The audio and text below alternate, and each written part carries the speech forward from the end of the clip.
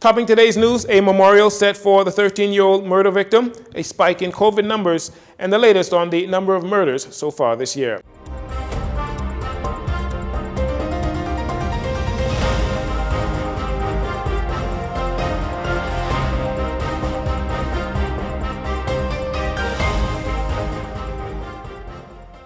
Good evening, I'm Jarino Saunders, and this is your JCN News. Thanks for joining us. A memorial and candlelight vigil will be held at Uriah McPhee Park on Thursday, June 9th, 7 p.m. to honor the life of Quinton Danny McKenzie, the young teenager gunned down at a public park not too far from the Uriah McPhee Primary School. That's in the Camp Road community. That was on Friday. On Tuesday, Minister of National Security Wayne Munro, in paying tribute to Quinton, at the same time cleared up speculation surrounding the victim's character. The youngster was a resident of the Freetown constituency. The minister rejecting claims that the young boy was involved in suspicious activity as civilians took to social media over the weekend to speculate about the nature of the horrific slaying. Quinton was the grandson of entertainer Smokey 007. There have been certain innuendos floating about that I would wish to firmly reject and correct. Young Mr. McKenzie, I discovered, was the grandson of the late Bahamian entertainer Smokey 007, Leroy Cleveland McKenzie.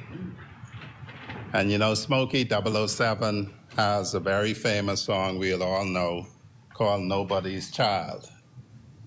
Well, I can assure the Bahamas that Quinton Danny McKenzie was somebody's child. Minister Munro went on to say that Quinton's parents, including his father and mother, Quincy McKenzie and Kizzy Brown Pratt, as well as his stepfather, Jonathan Pratt, were involved in his life. He shares that the young boy was an honor roll student at the L.W. Young Junior High School and a self-taught musician, aspiring to become a professional baseball player.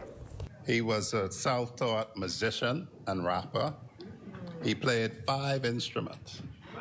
Clearly, Smokey 007 passed something down to his grandchild. He was an honor roll student at the L.W. Young School. The children, the young people there, expressed that they don't know what graduation will be without him. He was loving and sociable. He was active. He played all manner of sports: baseball, basketball, soccer, and participated in karate and judo.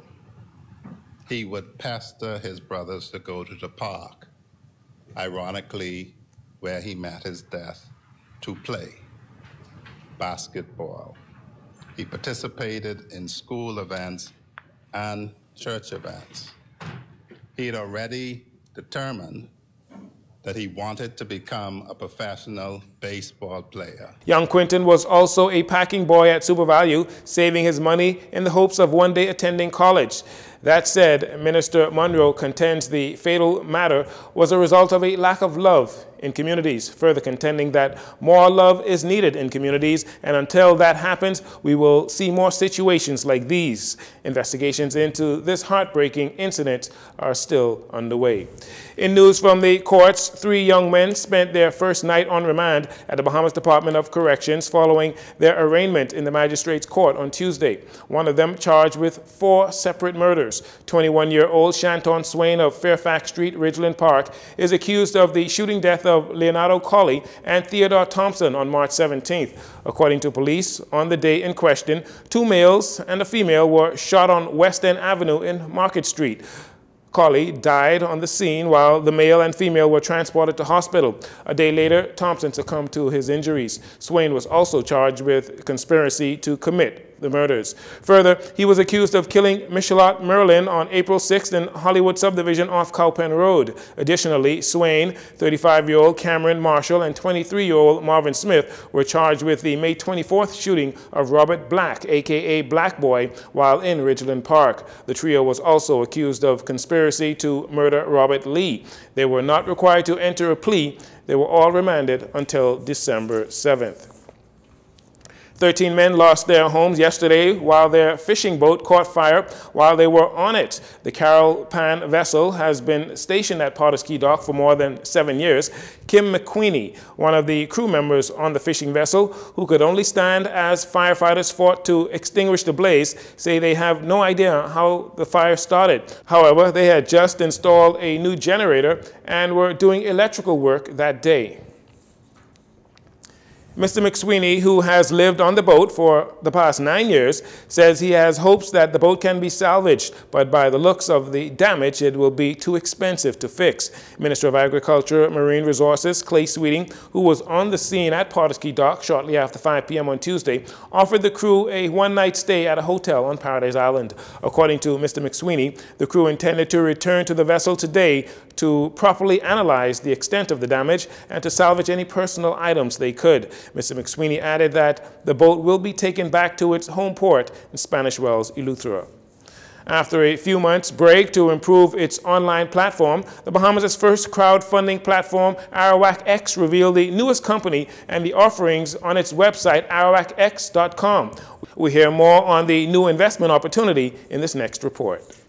After introducing companies like Red Lobster in its initial offerings, Arawak X crowdfunding engine revealed its newest company on Tuesday, a popular restaurant named Tropical Gyro that is looking to expand both locally and internationally.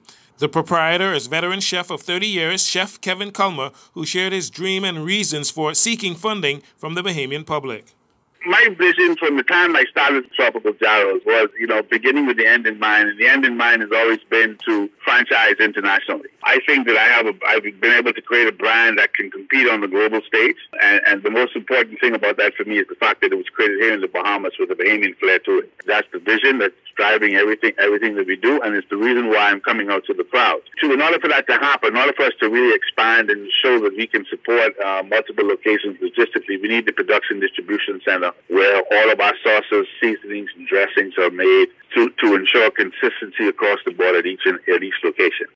Chef Culmer says while the goal is to expand, the first step is to prove to potential franchisees that the brand is both sustainable and profitable. The ultimate goal is to expand through franchise offerings. That is the ultimate goal for Tropical Gyros.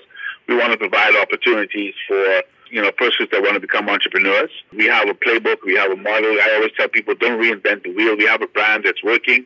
So we are looking at franchise opportunities for persons in the family island. So we have people who are interested, but in order to get to that point, we can't put the cart before the horse. So we have to take it in stages and get the things done necessarily here first, and then let people see. Once we can show that we're able to support logistically 2 locations from our process, then it becomes easier to say to someone, okay, now we're ready to start the franchise opportunity. Tropical Gyros plans to open 3 locations on New Providence, Carmichael, Cable Beach, and Prince Charles to prove sustainable profitability before expanding to Grand Bahama, Abaco, and Eleuthera. Meanwhile, the 90-day crowdfunding investment period ends on September 7th, and just before filing this report, in just over 24 hours, the offering had attracted 79 investors and surpassed 30% of its targeted goal of $850,000. Chef Culmer is elated by the strong support for the brand just out the gate. I am happy. It is moving up. We are getting there, and I am actually, how should I say, pleasantly surprised of the response so far, because we've only launched it like 9 o'clock yesterday morning. I am happy, and I want to continue to reach out to the public, and anybody can reach out to me if they have any concerns or any questions that they want to ask outside of what's on the Arawak X platform, because I think it's important that people know they can reach out and touch me. We are located on Rosetta Street, right on Rosetta and Maki Street. If persons haven't tried it, come out and try it. Give me your opinion. See how it tastes, and recognize that you too could be a part of this, of the Tropical Gyros family as we take this brand globally, which is the ultimate goal. Let people see the creativity that this country has to offer. Tropical Gyros launched in 2015 at the World Relays here in New Providence. To invest in Tropical Gyros, log on to arawakx.com with 2 forms of ID and follow the instructions. We'll take a break here. We'll be right back after these commercials.